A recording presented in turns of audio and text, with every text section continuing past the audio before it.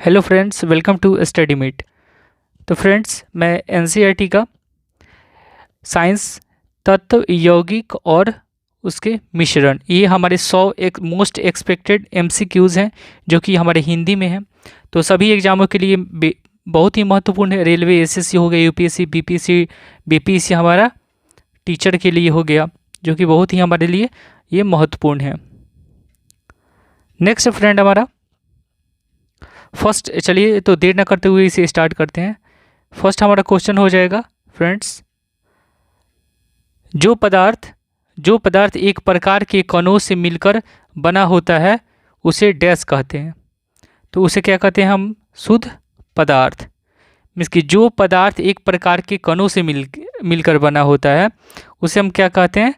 तो शुद्ध पदार्थ कहते हैं। और अगर एक से अधिक कोई पदार्थ किसी कण से मिलकर बना है तो वो हमारा शुद्ध पदार्थ नहीं होगा। क्या होगा? अशुद्ध पदार्थ होगा। नेक्स्ट है हमारा कि पदार्थों को दो भागों शुद्ध पदार्थों और पदार्थों में बांटा जा सकता है। मीन्स कि अशुद्ध, क्या होगा आंसर हमारा? बी। पदार्थों को दो भागों शुद्ध पदार्थों और पदार्थों में बांटा जा सकता है तो क्या हो जाएगा? अशुद्ध हो जाएगा हमारा। नेक्स्ट फ्रेंड हमारा, निम्नलिखित में से कौन शुद्ध पदार्थ है? तो निम्नलिखित में से हमारा तत्व यौगिक मिश्रण और तत्व यौगिक मिश्रण, तो हमारा हो जाएंगे आंसर ये बी, सॉरी डी हो जाएगा। ए और बी मीन्स कि हमारा तत्व और यौगिक ये शुद्ध पदार्थ है। निम्नलिखित में से कौन शुद्ध पदार्थ है? तो तत्व और यौगिक। नेक्स्ट हमारा चीनी और जल का मिश्रण होता है। तो चीनी और जल का मिश्रण क्या हम कहते हैं? उसे समांगी मिश्रण कहते हैं। चीनी और जल का मिश्रण होता है हमारा समांगी मिश्रण होता है। नेक्स्ट है हमारा कि पीतल में कॉपर का प्रतिशत मात्रा लगभग होती है, कितनी होती है? तो हमारा 70% होती है। इसका आंसर हो जाएगा डी। पीतल में कॉपर का प्रतिशत मात्रा लगभग कितनी होती है? तो 70% होती है। 10 है हमारा, चीनी और जल के विलयन के लिए कौन सा असत्य है? तो चीनी और जल के विलयन के लिए हमारा कौन सा असत्य है? तो चीनी एक विलायक है, नहीं, ये गलत है हमारा। ये सॉल्वेंट नहीं है। यह समांगी मिश्रण है, ये सही है। यह जल एक विलायक है, ये भी सही है। चीनी एक विलय है, ये भी सही है हमारा। गलत कौन सा हो जाएगा? बी। चीनी और जल के विलयन के लिए कौन सा असत्य है? तो चीनी एक विलायक है, यह हमारा गलत हो जाएगा। नेक्स्ट हमारा टिंचर ऑफ आयोडीन किसका विलयन है? तो टिंचर ऑफ आयोडीन हमारा आयोडीन और एल्कोहल का ये विलयन है। टिंचर ऑफ आयोडीन किसका विलयन है? आयोडीन और एल्कोहल का। Next friend, tincture of iodine में कौन एक विलायक है? तो टिंचर और आयोडीन में एक हमारा एल्कोहल विलायक है। टिंचर ऑफ आयोडीन में कौन एक विलायक है? तो एल्कोहल। हमारा आंसर हो जाएगा बी। नेक्स्ट फ्रेंड हमारा कि किसी निश्चित ताप पर यदि विलयन में और विलय पदार्थ नहीं घुलता तब उस विलयन को डैश कहते हैं। उस विलयन को हम क्या कहेंगे? तो उसको हम बोलेंगे संतृप्त विलयन। क्या बोलेंगे? संतृप्त, सैचुरेटेड सॉल्यूशन। किसी निश्चित ताप पर यदि विलयन में और विलय पदार्थ नहीं घुलता तब उस विलयन को हम क्या कहते हैं? तो संतृप्त विलयन कहते हैं। नेक्स्ट है हमारा विलय पदार्थ की वह मात्रा जो किसी ताप पर संतृप्त विलयन में उपस्थित है उसकी डैश कहलाती है। तो उसकी घुलनशीलता कहलाती है, मीन्स सोलुबिलिटी कहलाती है। विलय पदार्थ की वह मात्रा जो किसी ताप पर संतृप्त विलयन में उपस्थित है उसकी डैश कहलाती है, तो घुलनशीलता कहलाती है। नेक्स्ट फ्रेंड हमारा तापमान बढ़ाने पर पदार्थ की घुलनशीलता बढ़ती है घटती है? तो ये हमारा आंसर हो जाएगा बढ़ती है। मीन्स कि तापमान बढ़ाने पर पदार्थ की घुलनशीलता जो होती है वो हमारा बढ़ जाती है। नेक्स्ट है कोलाइड विलयन परिक्षिप्त प्रावस्था डैश प्रावस्था और डैश से बना होता है। तो कोलाइड विलयन परिक्षिप्त प्रावस्था डैश और डैश से बना होता है। तो इसका आंसर हो जाएगा हमारा परिक्षेपण माध्यम, मीन्स की डिस्प्रेसिंग मीडियम। इसका आंसर हो जाएगा ए।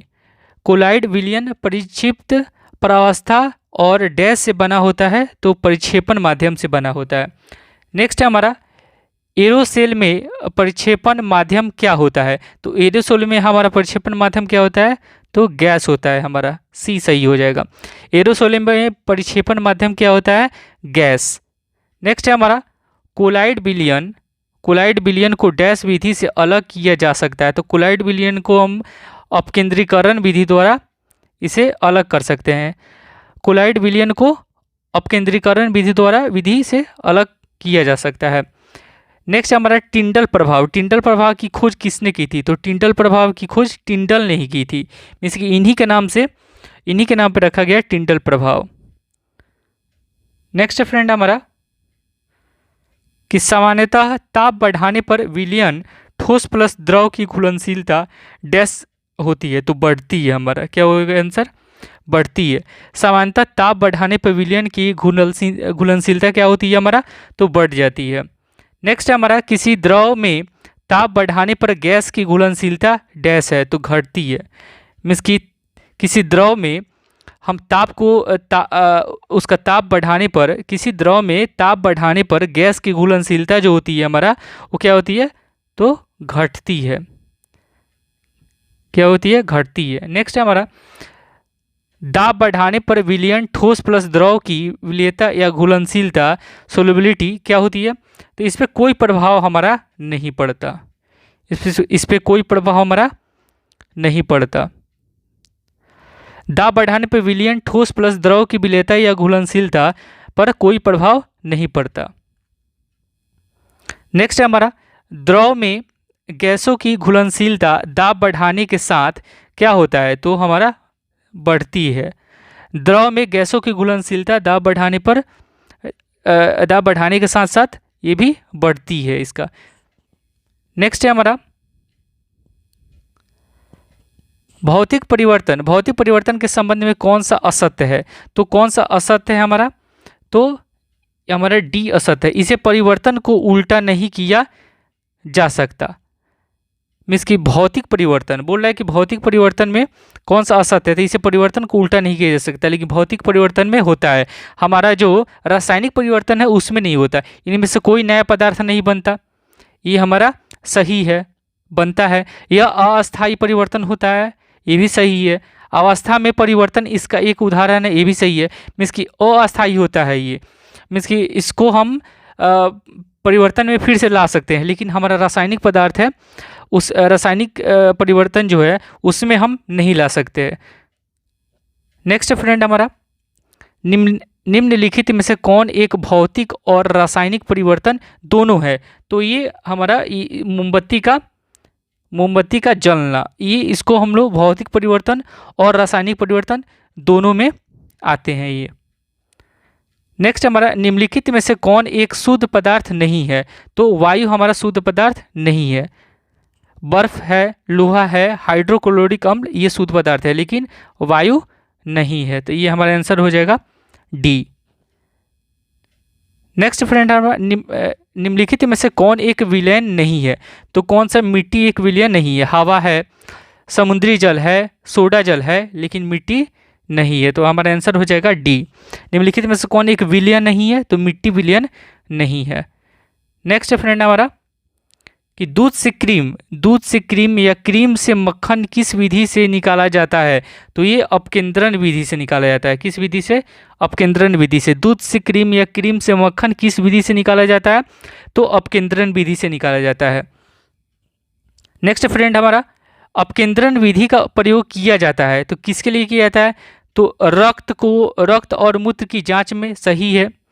कपड़े धोने की मशीन में भीगे हुए कपड़े से जल निचोड़ने में ये भी सही है। क्रीम से मक्खन निकालने में ये भी सही है, हमारा इनमें से सभी सही है। इसका अपकेंद्रण विधि का उपयोग रक्त और मूत्र की जांच में, कपड़े धोने की मशीन से भीगे हुए कपड़े के जल निचोड़ने में, या क्रीम से मक्खन निकालने में, आंसर हमारा हो जाएगा इनमें से सभी। नेक्स्ट हमारा नमक और अमोनियम क्लोराइड के मिश्रण को किस विधि द्वारा अलग किया जा सकता है? तो ऊर्ध्वपातन। मीन्स कि कपूर का जलना ये भी ऊर्ध्वपातन होता है। और नमक और अमोनियम क्लोराइड के मिश्रण को किस विधि से अलग किया जा सकता है? ऊर्ध्वपातन। और कपूर का जलना वो भी हमारा ऊर्ध्वपातन विधि में ही आता है। नेक्स्ट हमारा निम्नलिखित में से कौन ठोस पदार्थ ऊर्ध्वपातित होने योग्य है? तो हमारा सभी हो जाएगा। मीन्स कि कपूर, एंथ्रासीन और अमोनियम क्लोराइड। मीन्स कि ये सभी हो जाएगा, इनमें से सभी। नेक्स्ट है हमारा निम्न में से किसमें क्रोमेटोग्राफी का प्रयोग किया जाता है? तो क्रोमेटोग्राफी का प्रयोग हमारा डाई में रंगों को अलग करने में, या प्राकृतिक रंगों से पिगमेंट को अलग करने में, ये भी सही है। रक्त से नशीले पदार्थों को अलग करने में, ये भी सही है हमारा। मीन्स कि इनमें से सभी। तो ये क्वेश्चन क्या था हमारा, किसमें क्रोमेटोग्राफी का प्रयोग किया जाता है? तो डाई रंगों को अलग करने में, प्राकृतिक रंगों से पिगमेंट को अलग करने में, रक्त से नशीले पदार्थों को अलग करने में, ये सभी ABC, इनमें से सभी। निम्न में से कौन एक भौतिक परिवर्तन है? तो जल से बर्फ बनना, ये हमारा क्या है? भौतिक परिवर्तन है। मीन्स जल को हम बर्फ बना सकते हैं, फिर बर्फ से जल बना सकते हैं पिघलाकर। तो भोजन का पाचन, ये क्या हो जाता है हमारा? रासायनिक। ये क्या हो जाता है?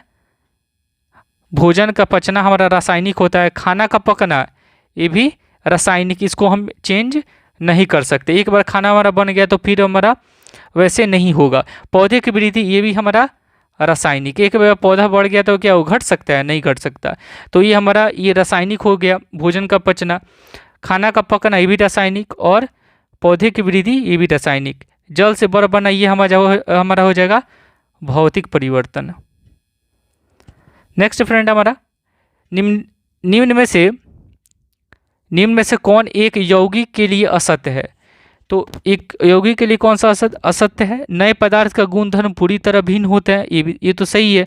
घटकों को केवल रासायनिक विधि द्वारा ही अलग किया जा सकता है, ये भी हमारा सही है। तत्वों के किसी भी अनुपात में मिलने से बनता है, ये गलत है हमारा, ये हमारा गलत है।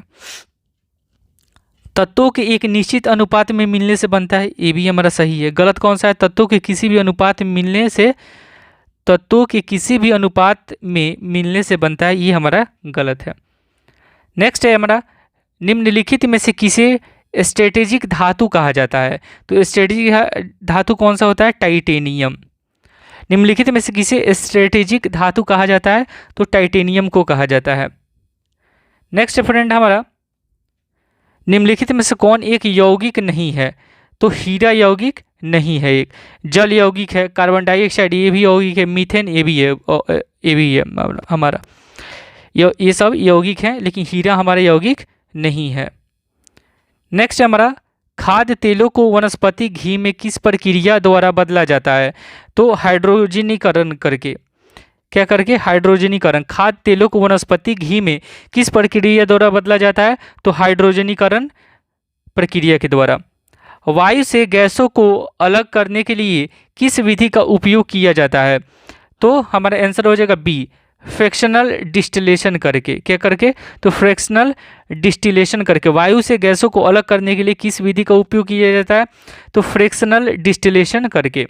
नेक्स्ट हमारा दो विलयनों को आइसोटोनिक कहा जाता है जब उनका परासरण दाब बराबर हो, तो उसे क्या कहा जाता है? आइसोटोनिक कहा जाता है। दो विलयनों को आइसोटोनिक कहा जाता है जब उनका परासरण दाब बराबर हो, तो उसे हम आइसोटोनिक कहते हैं। नेक्स्ट हमारा क्रिस्टलीकरण विधि का प्रयोग किया जाता है। तो क्रिस्टलीकरण विधि का प्रयोग किया जाता है ठोस पदार्थों को शुद्ध करने में।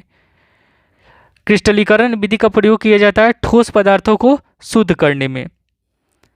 नेक्स्ट होगा निम्नलिखित में से कौन सी विधि कीचड़ युक्त जल से जल को अलग करेगी? तो ये हमारा हो जाएगा निस्यंदन। क्या हो जाएगा हमारा? निस्यंदन। इसको हम लोग बोलते हैं फिल्ट्रेशन। निम्नलिखित में से कौन सी विधि कीचड़ युक्त जल से जल को अलग करेगी? तो निस्यंदन करेगी। इसका क्या होता है? निस्यंदन होता है, फिल्ट्रेशन। उससे अलग होता है कीचड़ से पानी अलग करना। दो अघुलनशील द्रव को अलग किया जा सकता है, तो दो अघुलनशील द्रव को अलग किया जा सकता है किसके द्वारा? तो पृथक्करण कीप के प्रयोग से। दो अघुलनशील द्रव को अलग किया जा सकता है पृथक्करण कीप के द्वारा, कीप के प्रयोग से। ये आंसर हो जाएगा हमारा ए। नेक्स्ट फ्रेंड, समुद्री जल से प्राप्त नमक में से अशुद्धियों को खत्म करने के लिए निम्न में से किस विधि का प्रयोग किया जाता है? तो ये हमारा हो जाएगा क्रिस्टलाइजेशन। क्या हो जाएगा? क्रिस्टलाइजेशन। समुद्री जल से प्राप्त नमक में से अशुद्धियों को खत्म करने के लिए निम्न में से किस विधि का प्रयोग किया जाता है? तो क्रिस्टलाइजेशन किया जाता है। आसवन विधि, आसवन विधि का पहला और दूसरा प्रक्रम क्रमशः कहलाता है? तो वाष्पन और संघनन, ये हमारा कहलाता है बी। आसवन विधि का पहला और दूसरा प्रक्रम क्रमशः कहलाता है वाष्पन और संघनन। नेक्स्ट हमारा रासायनिक परिवर्तन की प्रक्रिया है। तो रासायनिक परिवर्तन की प्रक्रिया क्या है हमारा? तो मोटर कारों में पेट्रोल का दहन, ये हमारा हो जाएगा रासायनिक। साधारण लवण का जल में घुलना, ये हमारा हो जाएगा फिजिकल हो जाएगा, मीन्स भौतिक। प्रभाजी आसवन से पेट्रोलियम का शोधन, ये भी हमारा हो जाएगा भौतिक।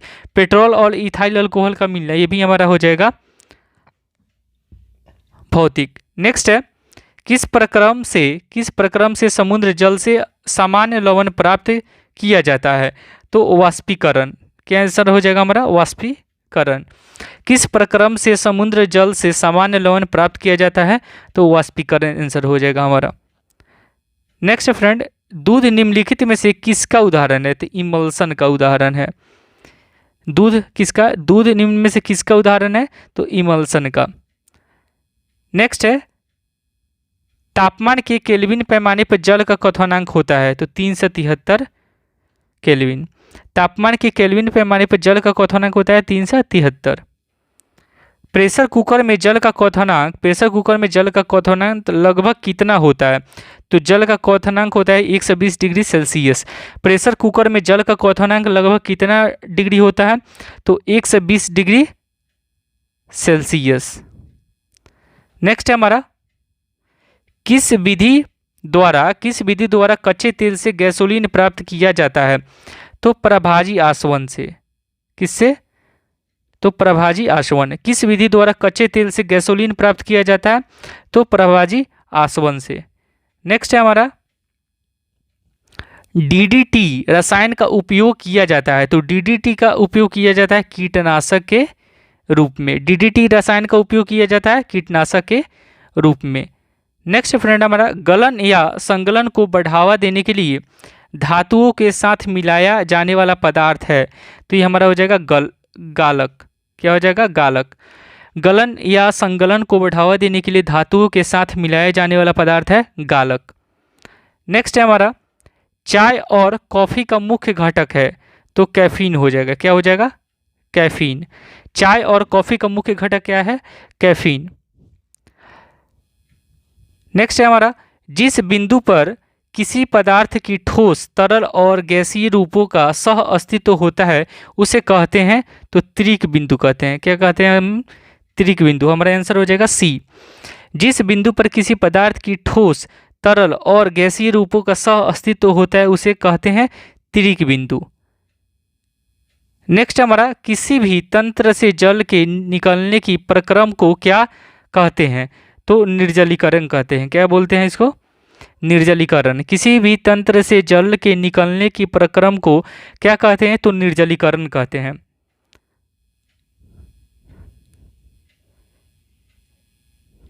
तो फ्रेंड्स हमारा यहीं पे वीडियो होता है। 2 क्वेश्चन और है फ्रेंड हमारे। गोबर गैस का मुख्य घटक क्या है? तो गोबर गैस का मुख्य घटक क्या है? मीथेन है। ये तो सबको जानते हैं, मीथेन CH4 इसका एटॉमिक नंबर होता है।